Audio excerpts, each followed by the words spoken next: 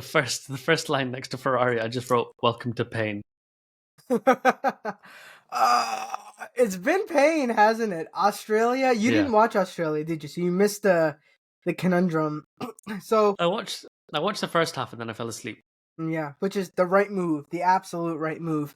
Uh, so to recap for our listeners who it's been a while, and also for Arfad who didn't watch it, um, there it's it's wet and it's getting dry, and that's the best kind of race because you can see, when is the right time to pit, when is not the right time to, when you switch from inters to slicks, blah blah blah. So as it's drying out, there's one shower of rain, and Ferrari decides initially split their strategy, so everybody pits, including Charles Leclerc, and Lewis goes up to. In first, he's in second, and then he goes into first, and he's leading the race. He's P1, and you think, okay, this is risky because he's Mm, on inters, or he's on slicks in the rain. But the rain yeah, is supposed to be temporary. It's supposed to be 2 or 3 laps, and then it's going to stop raining. If he can survive for 2 or 3 laps, then he's got this. But then mm, inexplicably, Ferrari decides to pit him anyway. And any chance he had of holding out, managing his tires, surviving a little bit, getting a podium out of it is completely gone. And him and Charles are now both out of the points. And it's just like the most pain. And then we get to China. And China, yes, we have the highs of Lewis winning the sprint race, and you think, wow, we're so yeah, back. This is it.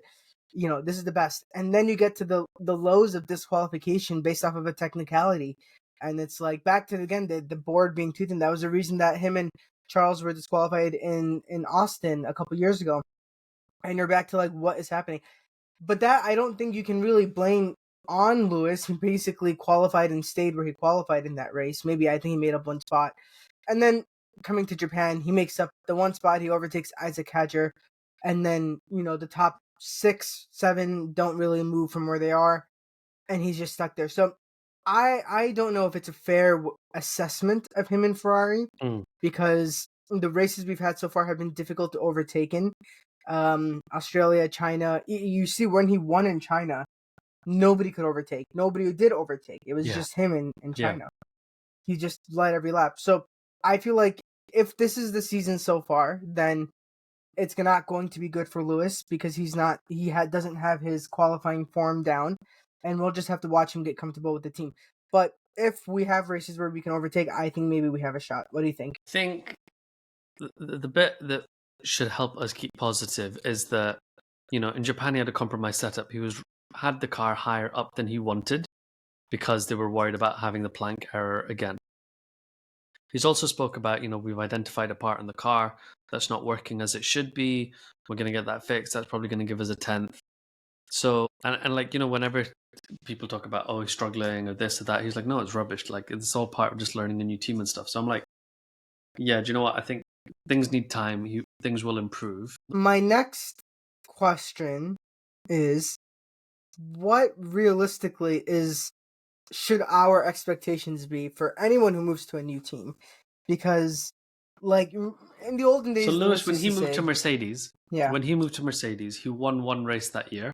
mm, But then otherwise, I think he was P5 in the championship or something. I wasn't born Maybe. then." Yeah. So I think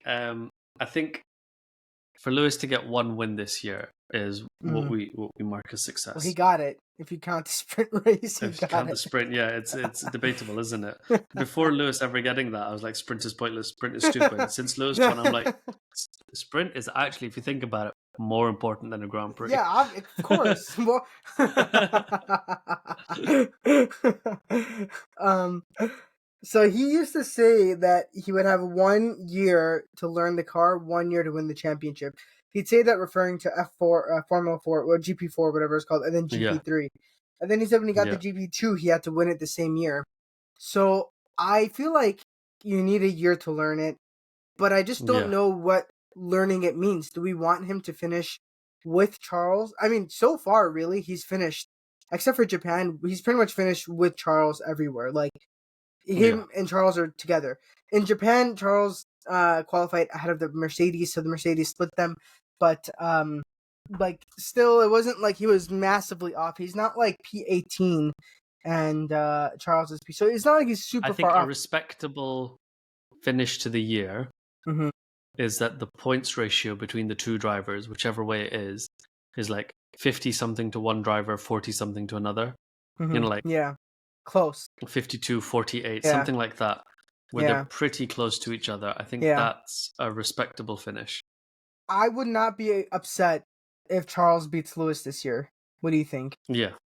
Yeah, I Same. think that's fair. Like if Lewis is, in terms of the team's total tally, he's like 45% plus of the points. Mhm. I think that's respectable.